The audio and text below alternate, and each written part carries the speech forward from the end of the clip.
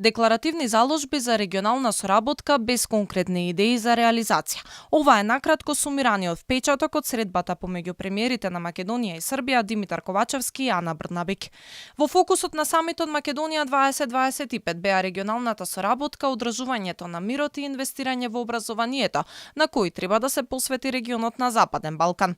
На средбите станало збори за инфраструктурни проекти и поврзување меѓу Србија и Македонија како еден од основните столбови на регионалната соработка. Ако соседите можат да се пофалат со конкретни планови, ние ја разбираме важност од железничко поврзување, но ни недостигаат пари. Во однос на железничката инфраструктура на коридорот 10, тоа е инфраструктура која што мора да се инвестира во неа заради зголемување на капацитетот, меѓутоа и заради зголемување на брзините на транспорт. Кога разговараме со нашите европски партнери, посебно со Европската унија, кога разговараме со мултилатералните финансиски институции и кога зборуваме за регионална соработка помеѓу Република Србија и Северна Македонија, тогаш еден од приоритетите во тие разговори треба да ни биде и ќе ни биде заеднички настап во обезбедување на финансиски средства.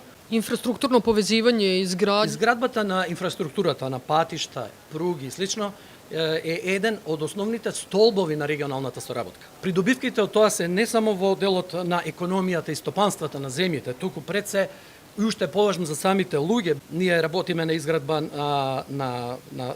на патишта, на пруги, во делот на коридорот 8. Мило ми е што во текот на мојот мандат беше целосно завршен автопатот до границата со Република Северна Македонија, а следен проект е изградба на брза пруга исто така до оваа граница. Само минатата година трговската размена меѓу двете држави е над 1 милиарда евра, а Србија е третиот најважен трговски партнер на Македонија после Германија и Велика Британија. Македонија е во првите 10 земји каде најмногу извесувала Србија лани во износ од 815 милиони евра. На средбата инаку станало збори за подготвеноста на двете страни за организирање на трета заедничка седница на двете влади како поттик за економска соработка, а зборувале и за иницијативата Отворен Балкан и предстојниот самит кој ќе се одржи во Охрид.